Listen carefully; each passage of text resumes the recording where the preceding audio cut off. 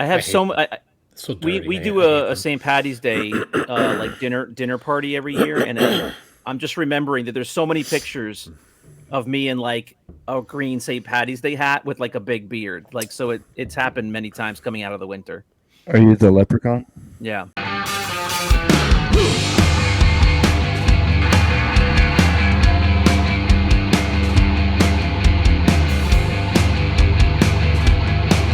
Hey everyone, welcome to another episode of Five Idiots Talking Toys. I'm Shane and we're here with our podcast on YouTube and on your favorite podcast app in audio form, however you want to take in the show. We appreciate you being here. Please go to 5idiotstalkingtoys.com for all the links, everything about our show.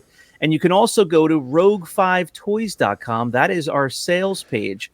So if you're interested in collectibles, vintage toys, modern toys, comics, graded items, loose, standard loose collectibles, action figures, please come to rogue5toys.com. It's our Facebook sales page. You can hang out with us there. We have some fun, but we also post lots of collectibles for sale, and you can join us there to increase your collection. All right, John. So tell us about the store. Tell us about what wandered into your through your front door recently. Yeah. This guy, I was at work, and Jennifer messaged me. She did like a video message, and she said, "Hey, look at all this stuff. Well, I don't know what he's asking for it, but I think we should get it." And I was like, "Well, I don't know what it is either, so he can come back and I can look at it. I'll be about 6:30, but so I was hoping that he came back just because I wanted to see what he had. He had a truck full of like micro machines and the micro squadron, the more modern stuff, and a couple really high end pieces in there. And he had a bunch of G.I. Joe classifieds, the 12-inch figures. Oh, 12-inch. Yeah. They're really cool. Let's see, I've got one right here. Like I thought they were the 6-inch. Well, they're not 12-inch. I guess they're 8-inch. Okay. So a bunch of these. I mean, like 2 cases of those. Just a ton of stuff, and a bunch of loose Todd McFarlane DC Direct figures, like the 8-inch. They look kind of like Marvel Legends. They have Build-A-Figures and stuff like that. So, was it mostly modern stuff, or? Yeah, all modern, modern. Well, except for the we did get the Micro Machines Action Fleet. It came out in '96. Okay, but this one is staying on my desk. Oh yeah, B-Wing. It's the B-Wing. But so that was pretty exciting.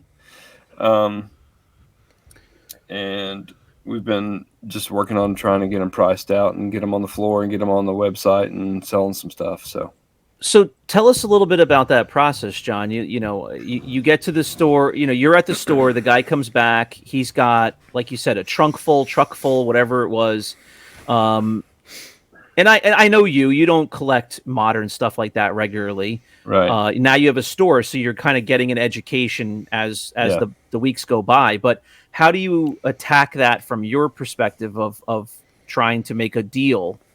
Well, a lot of it was, just kind of like, a couple of the items I looked up, I took a beat and I stepped away for a minute and I looked a couple of the items up and I was like, he's asking this much.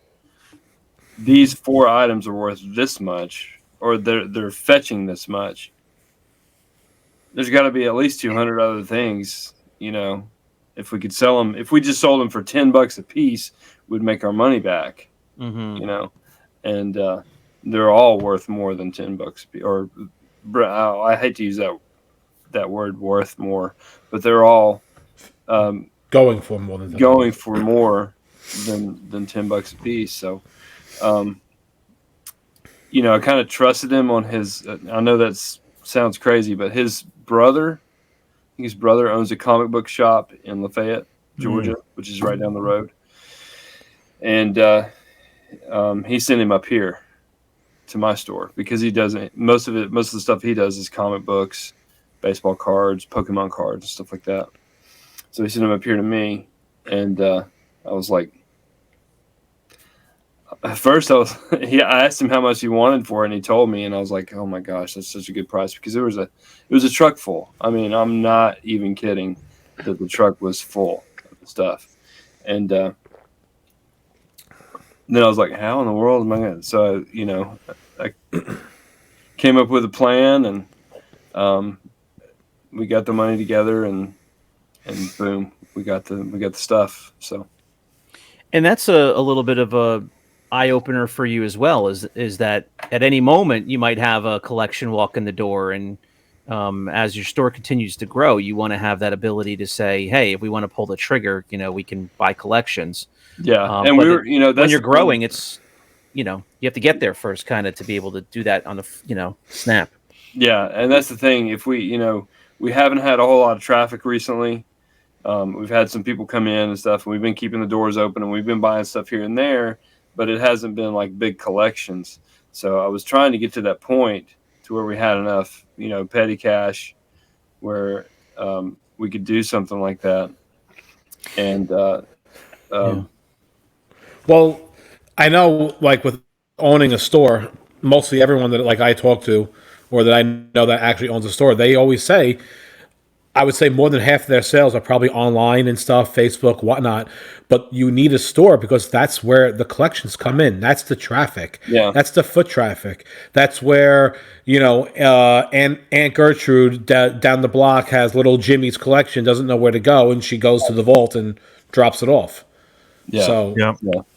That's how you get those places. Yeah, and we're trying to get enough. If the turnover was quicker and faster, I mean, I was telling Jennifer this weekend that I'm so used to just getting something in and flipping it.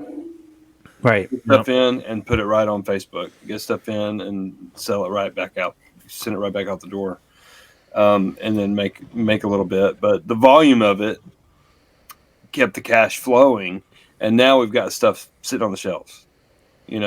Yeah, we got every once in a while somebody will buy something online or something like that. So, I mean, that's been kind of like the barrier to keeping cash for stuff like this. So, well, it ain't gonna. I mean, you've only been open a little while. Like, it's gonna take years before you're finally comfortable to where you can buy a collection that walks through the door. Like the guy that I go to frequently. He told me he stopped buying stuff that goes through the door because he's just got too much. He bought way too much last year, and then now he's just got all this stuff, and he's like, unless something's really good that walks in the door, he turns everyone away because he's like, I've got way too much stuff, and it's just sitting here.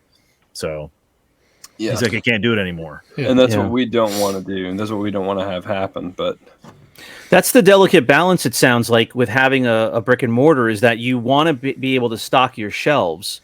Mm-hmm. and have some additional inventory, in the back, behind the scenes.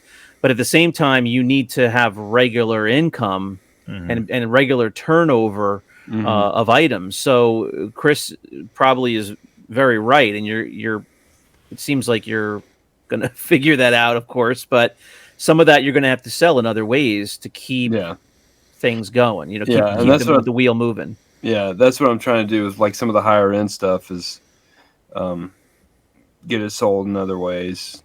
Yeah, because the thing that you're taking on, you might have, forget about this specific instance, but say a collection walks in, guy, it's worth I don't know, $5,000. The guy says, give me $1,800 for it. Yeah, great deal. But part of that deal is that you're taking on inventory that you don't even get your money back until you sell that. So there's a time I don't say constraint, but there's a time factor to that.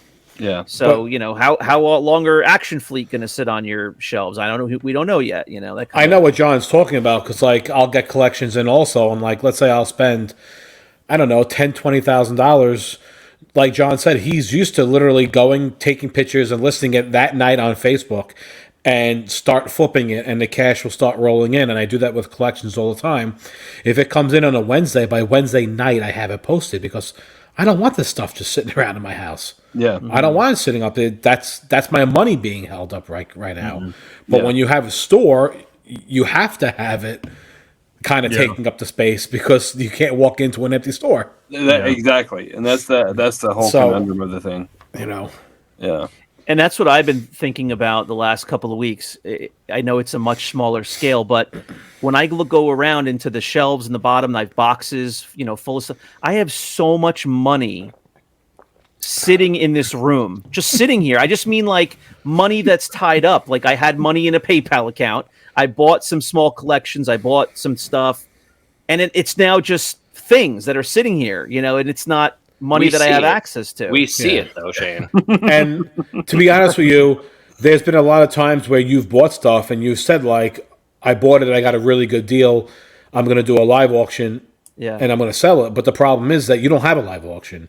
You haven't been, you haven't been doing them. Right. So the last 10 times you keep buying these items, you're not putting them back out there. I know. I can't buy anything else until I clear some of this out. Yeah, so now it's just building up in your house, and you have all this stuff, and of course you're going to say, I have all this money just sitting around.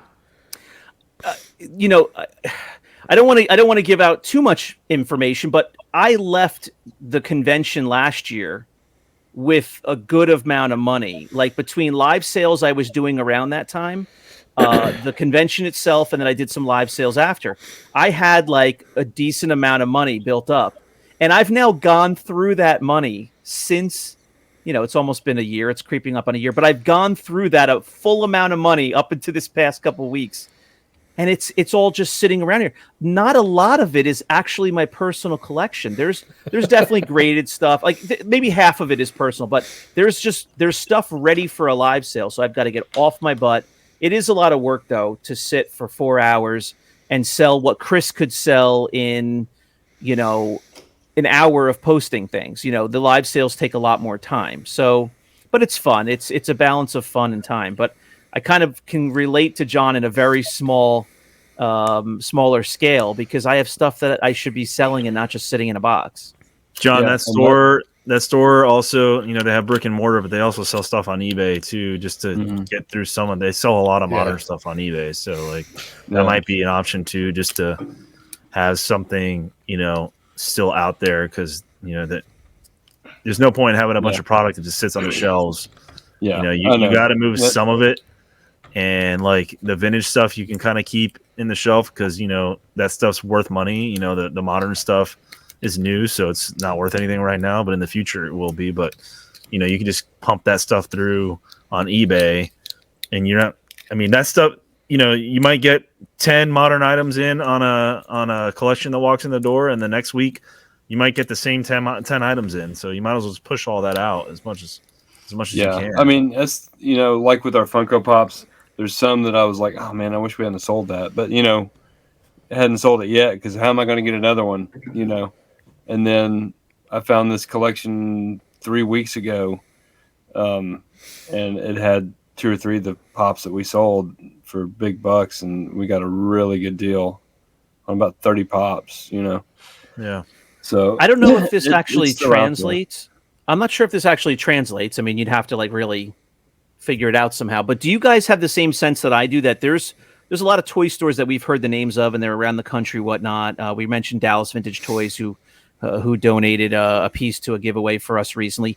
They're ones that do sales in all sorts of ways, in person and online.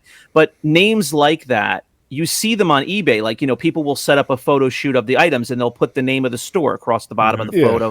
Mm-hmm. Do you feel like I do that getting the store name onto a platform like eBay might have some residual value of people getting to, name recognition? Oh, where is the vault? Oh, the vault is in Georgia. Oh, next time I'm in that direction, or if I live in that area, I know them now because of eBay.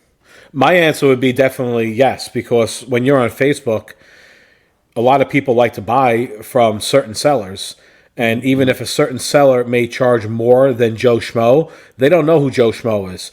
They don't know if they're going to get their item, if they're protected, if it's going to be fake or whatnot.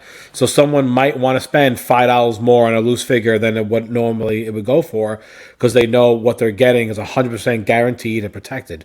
So it's people will always like the name better than a random person. Yeah. So It's all a what lot of you're work, saying- though.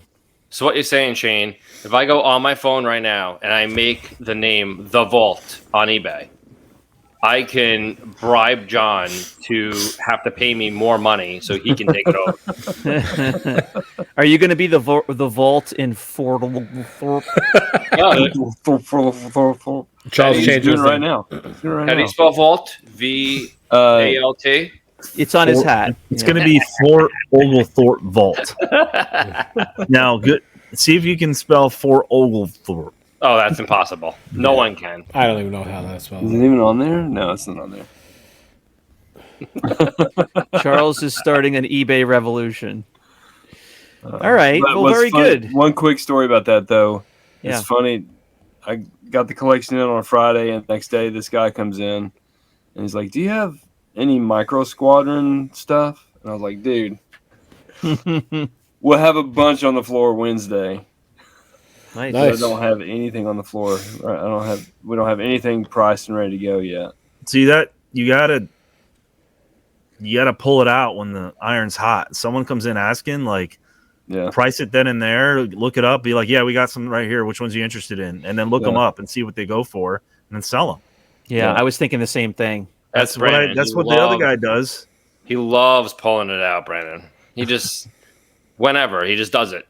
So, Pulls it out. for He example, pulls out his micro collection. For example, I go to the local toy shop, and he just got in a huge collection of Ghostbusters, the vintage ones, right?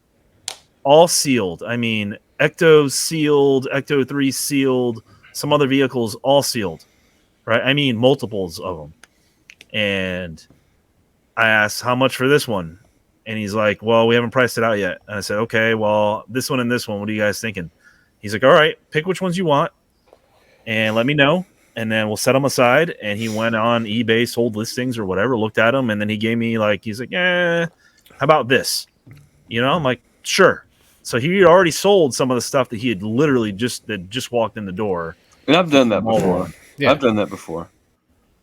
Yeah. So I would But do it it was that just way like too. it was just overwhelming because we were up the night before till like 2 a.m. just going through and pricing stuff, and then that whole day Jennifer was getting them in the inventory and everything. So yeah, it was like come back Wednesday. I have three We'll be back. items. I have 3 Yoda items coming in on Tuesday, and someone messaged me and said, "Hey, do you have an Oratet Yoda, which is like the Russian bootleg from the '90s?" And I was like, "Actually, yes." He actually asked for that too. Yeah, And I was like, "Actually, yeah, it's coming in on Tuesday. It's already sold already. Like I already sold it. It's not even in the, it hasn't even come in yet, but it's already sold. It's already a done deal." So I do the same thing also. yeah. All right. Well, very good. I'll be expecting that Ortet Yoda next week.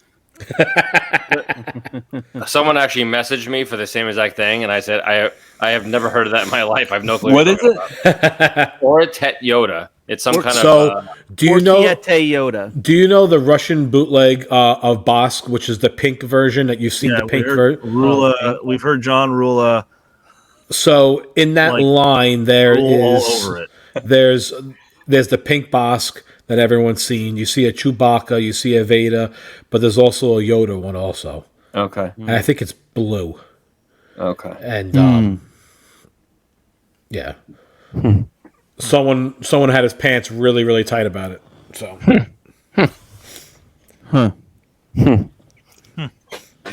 No. Okay. Yeah. So I wanted to tell you guys a whatnot story. I was on there a weekish ago, and it was the first time I had been on. I was only on there because Charles started talking about whatnot again. I was like, oh yeah, that's right. I haven't been on there in like 6 months. I went on there, and there was I noticed that they now have more refined categories. You know, when I was first going on there, a year ago, it was like an action figure category, sneaker category, I think music. They were very broad categories. Now they actually have a vintage Star Wars. I don't know if it's vintage Star Wars or just Star Wars. Yeah, I mean, it's pretty. So I clicked on that, and I go, and sure enough, there's a sale just starting, or I saw it was about to start. So I ended up catching the entire sale, which is ridiculous, sitting there and watching, 2.5 hour sale, like when you weren't expecting to do that. But there was a guy on there who had a smattering of figures on the table. And I didn't know this at the time when he started, but he had a ton more that were off camera.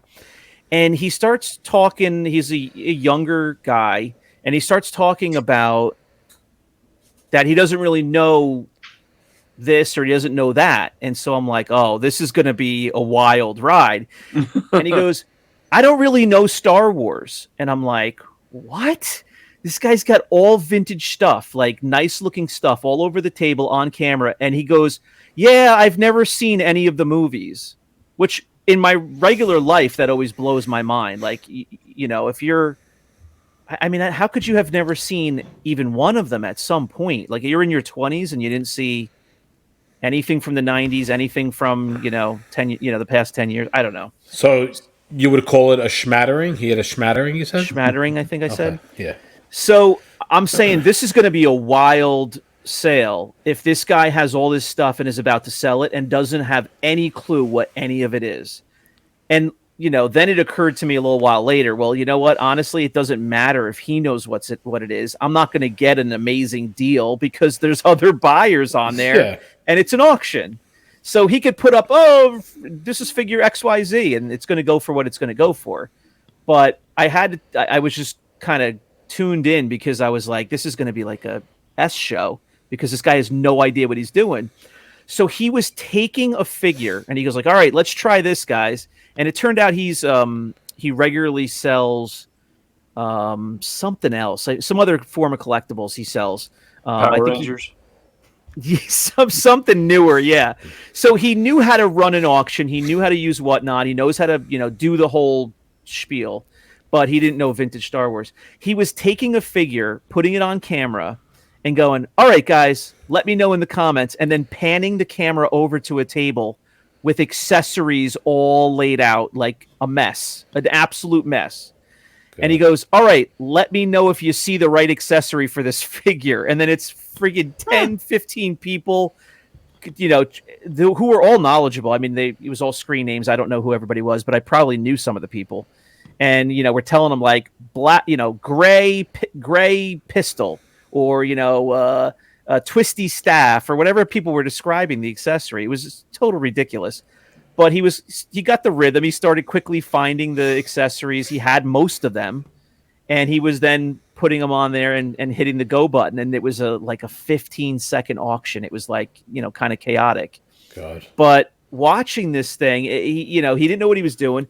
And he was putting, he was putting Luke Jedi capes on Prune Face and putting Luke Jedi capes on figures that don't even have capes. It was ridiculous. But he gets through the whole sale and he puts up, for example, like a Han Carbonite without the Carbonite.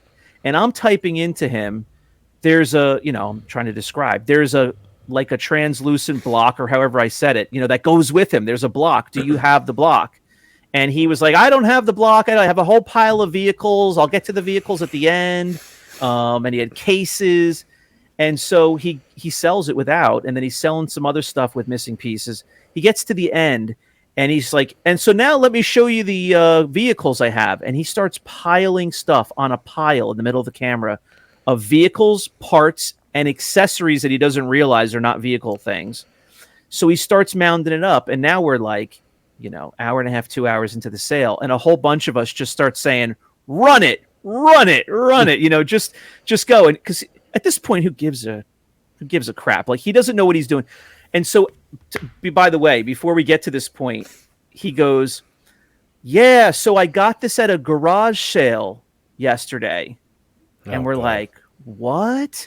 And so he goes, yeah, I went to I'm a big yard sale guy. And he goes, I went to a yard sale and there was this old lady there and she had this stuff. And he goes, the funny thing is I didn't even get there early. I got there at like 11 a.m. and it was all sitting there. And I guess nobody else wanted it. And so I knew it was like older stuff. And so I asked her. And so finally we worked it out of him. He didn't want to say it first, but finally we got him to say over the course of like an hour and a half, he paid under $200 for a complete run from beginning to last 17 of Star Wars figures, almost all with accessories, multiple vehicles, mini rigs, cases. He paid like $150 for the entire collection. And I was like, dude, he's like, I'm going to have to go out for more yard sales if there's stuff like this around here. I'm like, no, you don't understand. You just hit the jackpot of a lifetime. This will never, ever happen again. Yeah. Yeah, he whacked some old lady in the head. He did. And I was making comments, like, not to insult the guy, but I was like, man, if that lady only had Google, she would have made like $2,000 or $3,000 from you. And he was like, oh, yeah. But he was a young guy. He was like maybe 27 or so. The fact that he didn't even know what it was, it's like if one of us went up there and offered her $200, like we'd whack ourselves in the head. Like that's not fair towards that lady, Right. So, but he has no clue himself. So he has no clue himself. I so think he doesn't knew have a that clue. it He was- doesn't have a clue. he knows it's valuable. So He like, knows it's valuable. yeah, I'll see a piece and I'll be like, oh, I know it's valuable, but I don't know how much it is either. So Yeah. He put up I'm trying to think. He put up an Imperial Gunner very early on in the auction, like figure number 5 or 7 out of all of these figures. And it was dead mint. All the silver was there, no buckle rub. Emblems were perfect. With an Emperor staff. No. Well, he didn't know. So he like panned the camera over and we're trying to point him to, the right blaster. And you know how Whatnot is, and Charles, you've been on there recently. He was waving this crap around. I couldn't dare tell if it was the right, if it was an A-Wing pilot blaster or whatnot. But I go, we go, yeah, that's it. So he puts it there. And he's thinking this is a $10, $15, $20 figure. He has no idea. It sells for like $370, and he's literally peeing in his pants. He was so excited. But so it was fun for that reason, because every 5th or 10th figure he would put up an expensive one, and he had no idea. So just to finish the story off, he started piling that stuff up. And we're all like, run it. And there's like 1 or 2 guys that are saying like, no, don't run it. There's so much valuable stuff in there. Like, you have to separate it out. And he's like, guys, should I run it? Yeah, so you got that. Run it. So I won that pile. I won that big pile. And it had the Han Carbonite in it. And it had some vehicles in it, a really nice land speeder and a whole bunch of parts and random stuff, cannons of stuff. And I got a couple of complete figures as well. So that was my recent Whatnot purchase. But it was fun to watch, but I've never seen somebody in a live setting have no idea what they're doing with vintage. And I guarantee you he made $4,000 from the sale, because I watched the whole thing. So, he was having the time of his life. it's great. So I love it. this is a quick one, and this is live. I literally just got these pictures of a guy that is local that sent me pictures of his collection that he's trying to sell. These are the pictures he sends me. Mind you, I have not doctored these photos at all. Where's Brandon? There he is. Can you guys see that? Sort of. The Han looks absolutely mint. It's not. I didn't blur these photos up. These Oh, are the those are exact just photos. blurry. These are the exact photos he sent me. That Han looks mint. They are. I mean, can you guys tell? Oh, the Chewy? Yeah. Yeah, you need that Chewy. Perfect condition. Perfect. Brandon. It's hard to This guy tell on thinks he has gold. on screen. This guy thinks he has gold. I can't even make out what some of these figures are. I've struck gold. He started at 8. He said he sold these to somebody for 1,800. He says they're all complete, which they're not, because they're not complete in the photo, unless he's got the weapons hiding somewhere. He said he sold it for $1,800, but the guy backed out. So now he wants to know if I want them for $1,000. So to go from $1,800 to $1,000, so it's just like, are you kidding me, dude? Like, I get that all the time. People will show me like a collection, and it'll be like loose figures, and let's say it's like 15, 20 loose figures, and I'll get back to them, and I'm like, let's say the value is like $450, right?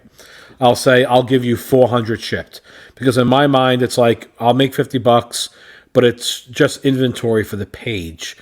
So much work though for $50. I mean, I appreciate it's not at all, because by the time it comes in, I clean it, I take a picture, I list it, within an hour it's done. Like literally it's like an hour's worth of work. That's how I look at it as. Yeah. So it's really not. So like I'll post it and like I know it's going to sell, but like they'll come back and here I am giving them $400 shipped for what I know I might make $50 if every star aligns perfectly. Right. And they're like, oh my God, no way. I was already offered $3,000. And I'm just like, oh God. Yeah. Another person who thinks that everything is just gold. I looked it up on eBay and there's a Luke selling for $1,700.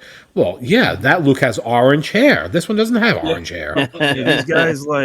These guys are just, I don't know what they think, man, but like $1,000 for that. And he had like a snow speeder with no cannons, no thrusters, no block, no hook, no nothing, no canopy, no nothing. Oh, 25. It's a shell for $25. Like, what do you, he's like, somebody gave me $1,800 for these figures. I was like, good for you. I was like, somebody gave you $1,800 for this? I'm like, wow. I was like, you better take that money now, and leave. Yeah. Like, my God. Obviously, the guy probably came to his senses, was like, oh my God, $1,800 for that crap. He probably went on eBay and was like, no way.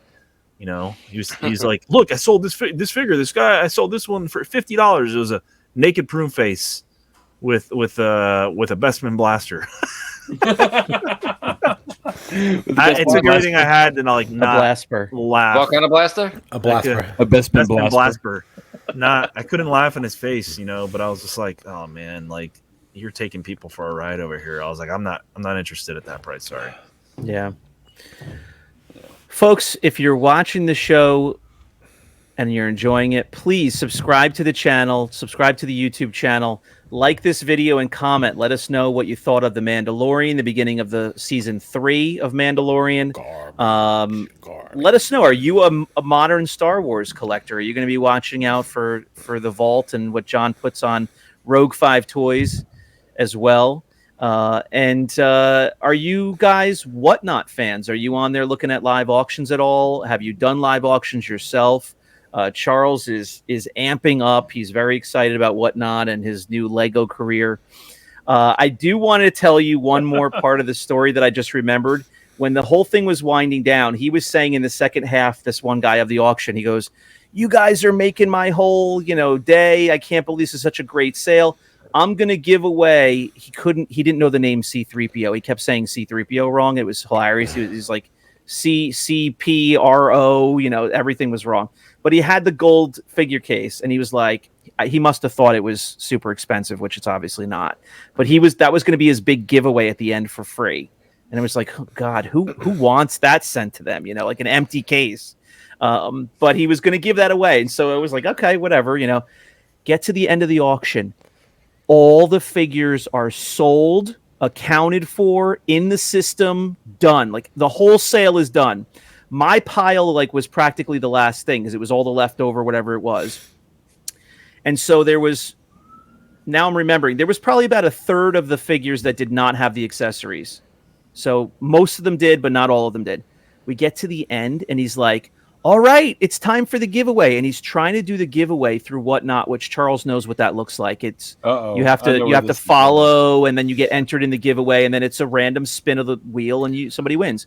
It wasn't working. He tried 3 or 4 different times. He went in and out. He couldn't get it to work. So then he was trying to think of how else to give it away. In that process of him trying to give it away, and he opens the case, can you guess what happens? Accessories fall out. He opens the accessory door. It is chock full of accessories. Chock full. He almost gave the case away closed up as is, but he opens it live on camera and accessories dump out all over the place. Green Luke Jedi saber. I think the A-Wing pilot blaster was in there that was missing. The other one that was in there. Gray Palace blaster. All, the great accessories falling out all over the place. The chat goes crazy. And he's like, oh my God, I'm so sorry. I'm so sorry. I know it, because he knew enough about action figures to know how important the weapons are. The weapons are, yeah. And all these people, nobody got taken because they bid on what they saw. They bid on loose figures. But all the people that bid on them missed out on the accessories. And now he's got the accessories. So he's like, guys, what should I do? What should I do? And so somebody starts saying, just run it. So he takes the accessories. He doesn't even lay them out nice or anything. It's all live. He just dumps them in there. You kind of have to look and see what's going on. And he just runs it. And the bidding goes crazy. And the lot of accessories went for I think $600 something, which was about even with our knowledge, it was a pile. It was really impossible to calculate what it should have gone for, but it was somewhere around that. So, he was ecstatic because, all of a sudden he got $650 more. More, yeah. But it was really funny. He just had no idea what he was doing. And it just dumped all over when the sale was over, and everybody bought the figures that already went with the accessories. That's awesome. Yeah, so. I'm sure that after the first couple of sales, people were like, "Hey, you got to see this guy on Whatnot," and then people just started joining. Yeah. I bid on the accessories, but once it got past about $400 to $450, I was trying really hard to kind of run some numbers in my head, and I said, this is going high end. This isn't worth it anymore. It's not. There wasn't enough meat left. Somebody was paying full price for accessories. So let me just look at on my messages. Nope, Shane didn't tell me about this one. Did he tell you guys? and what happened when I told you about the one after that? Oh, I know. Yeah. Dumbest thing you ever did. So never tell anybody. We got to tell the audience that real quick. Never tell anybody. I see a sale. No, we don't need to talk about that one. We do. We'll just say it in general. I see a sale of some stuff that I didn't know the exact prices of because it was graded stuff. So it was based on grades, and I was interested in a few pieces for myself, and I asked some, give me some pricing, give me some pricing guidance. And the next thing I know is 3 of these idiots are bombarding the post and buying everything. And poor Chris was sort of trying to help me, and I was trying to help you. I didn't claim one item. I know, but every time I would come back and say, "Get that, get this, get that," I'd go back over. It was all gone already. I know. It's all good. It spread the love. I wasn't looking to buy, 10 or 12. For my credit, I did see it prior to, so I was looking at it, and then you said something, and I'm like, "Oh, okay, I got to hurry up now." Well, I saw it when it was really just kicking off, and there was nobody else paying attention. Because some people just don't. This is another comment. Some people just don't think. I actually saw a slow burn claim sale tonight on one of the groups, and people don't think to take a picture. Just take a picture of the group of whatever you're about to do a claim sale of. In the you're gonna list things in the comments is basically what a claim sale is. And they don't think to take a picture and start the post with a picture to get some interest. They just use words. They just go, I'm going to do a claim sale starting now. Let me know if you're interested. And then they start listing stuff and you can't see it unless you click on the comments. That's a terrible way to do a sale. Yeah. Nobody's paying attention to a post with just 2 sentences and no pictures. So some people don't think of the best ways to market their sale. And sometimes it takes some time for people to catch on that there's a sale going on. Yeah. So, all right, guys, another fun kind of round table discussion of vintage Star Wars, modern Star Wars, what's going on in the collector hobby. We thank everyone for hanging out with the 5 Idiots Talking Toys tonight.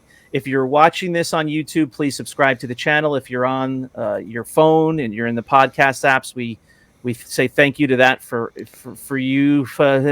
We say thank you anyway. I'm tired. But Also, if you want to collect with us, come to rogue5toys.com. You see Chris and Charles and Brandon and John are listing stuff regularly there, and you'll find some great collectibles at some good prices, and stuff is packed bomb-proof, and we'll get to you quickly. We're going to have some live sales, some giveaways, and some fun over the next few weeks there, so join us. All right, guys, another good episode. We will see you next time on 5idiotstalkingtoys.com. Bye-bye. Bye. Thank you. No squeezy. No squeezy. I love you, whatnot.